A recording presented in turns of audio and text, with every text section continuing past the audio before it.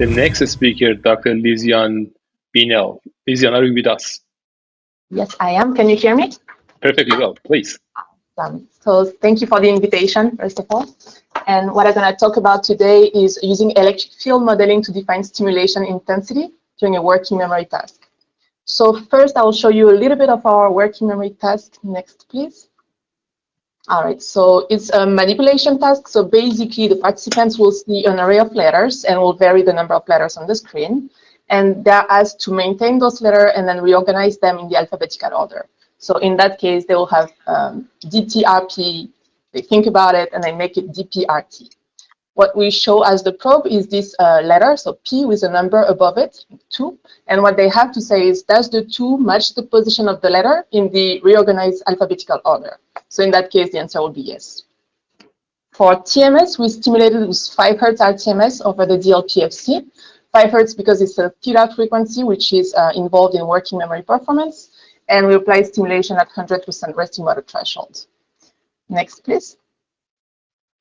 All right, so we use the cobot to hold the coil, make sure we were on target all the time. Next, please. And those are our results. So as you can see on the graph, this is the performance for easy, medium, and hard difficulty levels, which is just the number of letters on the screen, and the accuracy on the y-axis.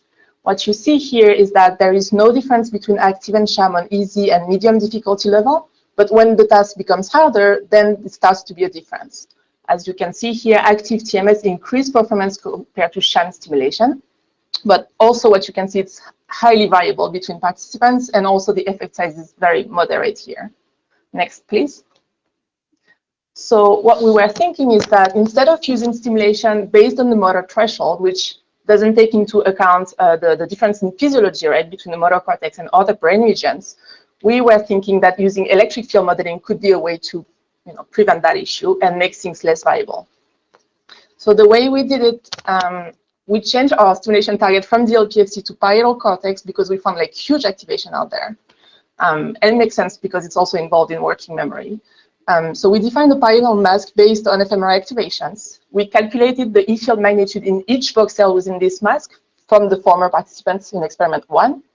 Then we reorganized the voxel by the E field magnitude. This is what you see on the graph here. And we extracted E100, which is the E field magnitude for the 100th largest voxel. In that case, next, please. Okay. For this specific subject here, the E field magnitude was 55 volts per meter.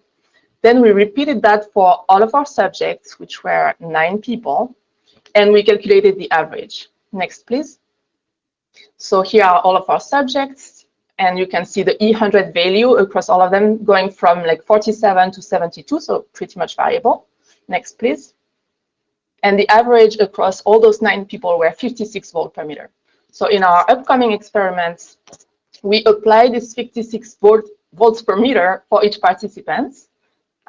So instead of defining the stimulation intensity, we started with 56 volts per meter, and then we switched that with some computer simulation to make it an intensity expressed as a DIDT, or maximum stimulator output percentage.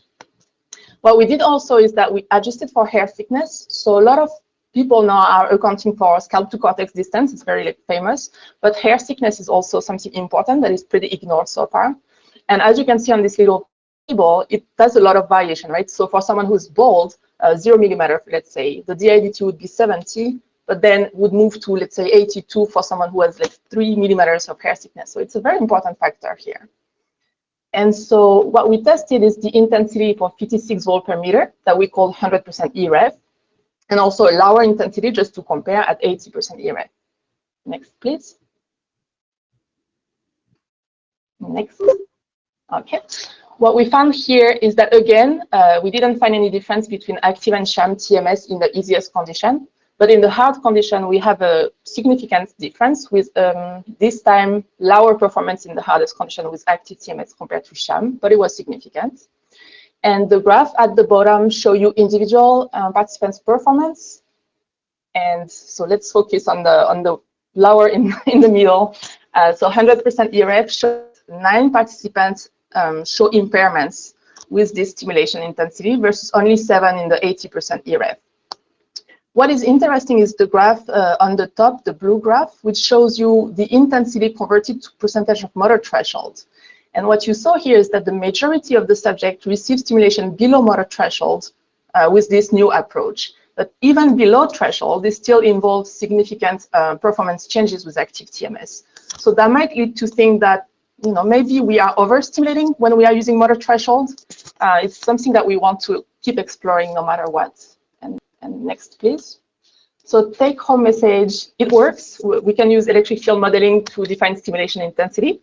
As I said before, it ended up below motor threshold, which might be, related to the difference between motor cortex and DLPFC as well. But it didn't necessarily help with the variability in our results. So we want to keep searching, keep doing more study to understand what's happening really, and compare directly, which we didn't do here, stimulation at motor threshold versus E-field stimulation. And that is it for me. Thank you. Oh yeah, and I will thank my colleagues just quickly. The E-field modeling, Dr. Peterchev and Dr. Moritz Dannhauer, and there is this excellent paper, the TAP, Targeting and Analysis Pipeline. I will refer to it. Please go for it. It's all the E-field. It's very great. Thank you, everyone. Thank you very much, Lysianne.